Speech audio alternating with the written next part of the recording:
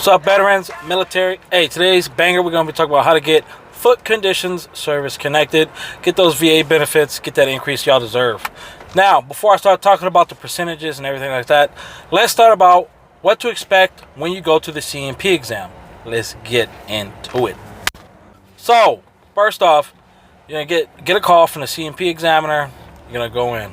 I recommend you go in wearing an orthopedic sandal or just regular sandals, because you're gonna have to take off your shoes and your socks, make it easier. Hey, just go in there, be prepared, put a little bit of lotion on those bad boys, whatever the hell. Okay, cool. They're gonna be asking you questions if it pertains to in-service. So if you're filing direct, you're gonna need in-service complaints. If you're filing secondary, you're gonna need to show causation of your already primary service connected disability.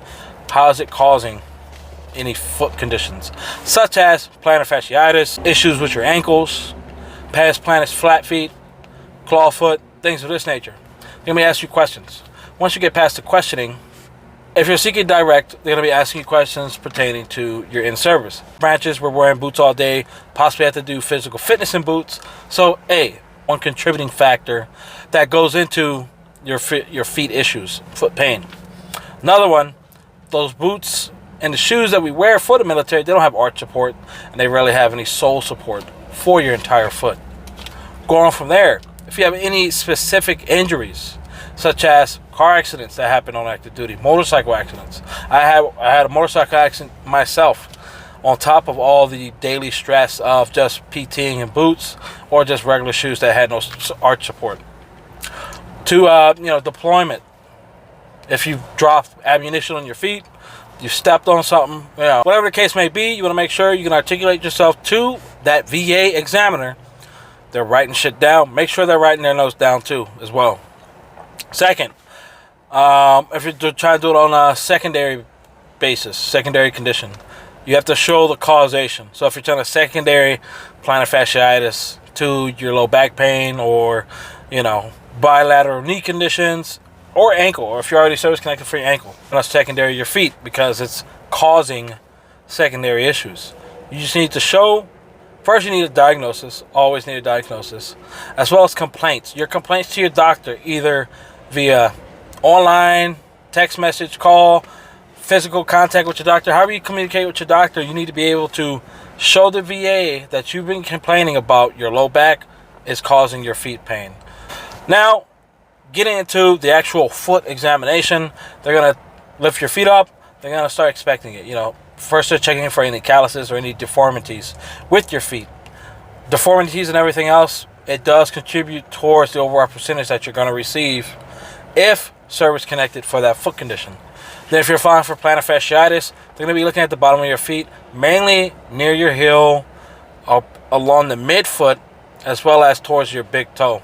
That's the plantar fascia that the VA is looking for. If it's tender or if it hurts upon touching, let the VA examiner know. Don't try to muscle the pain or anything like that. Like, it hurts mainly at the heel, midfoot, the entire foot, whatever the case may be. As well as they should be measuring your toe, your big toe mainly, with a gyometer. They're going to set you up. You're probably at a 45-degree angle, or flat.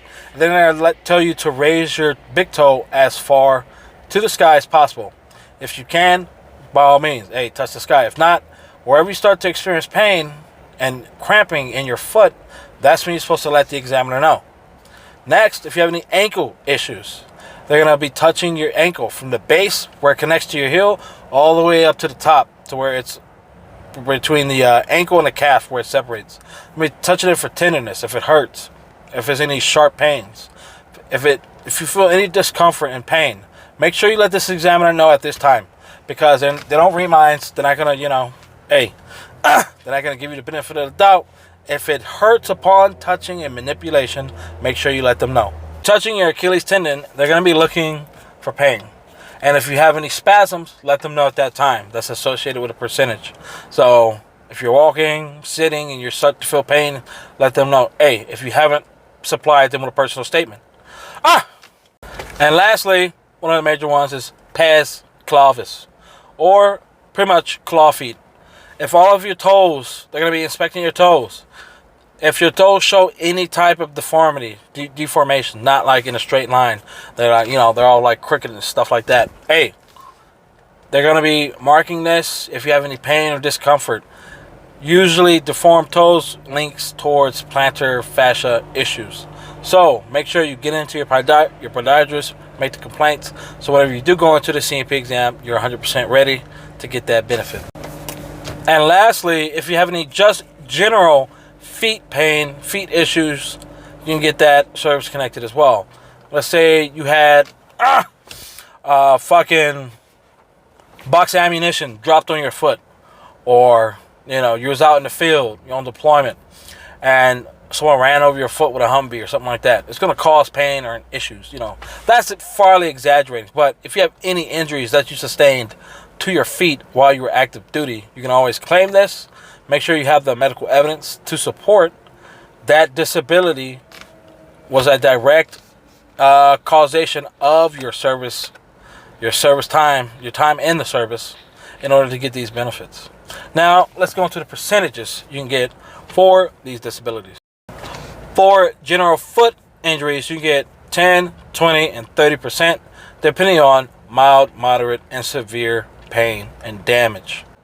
Or Pes Planus, you get anywhere from 10 to 50%, depending on the level of deformity, as well as the pain and symptoms that you're experiencing associated with it. That's 10, 20, 30, and 50% unilateral as well as bilateral. For Flatfoot, you get anywhere from 10 to 50% as well, unilateral and bilaterally, at the 10, 20, 30, and 50% level. Lastly, with plantar fasciitis, you can get it at 10, 20, and 30% at the unilateral or at the bilateral level. So, with that being said, hey, if y'all like this type of content, check out the rest. If y'all want some more foot-specific issues, let me know in the comments down below. If you have any questions, comment down below. I'm very active on my social media, trying to answer all questions, give advice when needed, as well as give encouragement. But until next time, hope y'all have a safe Friday afternoon. This is Debo out. Motherfuckers, salute.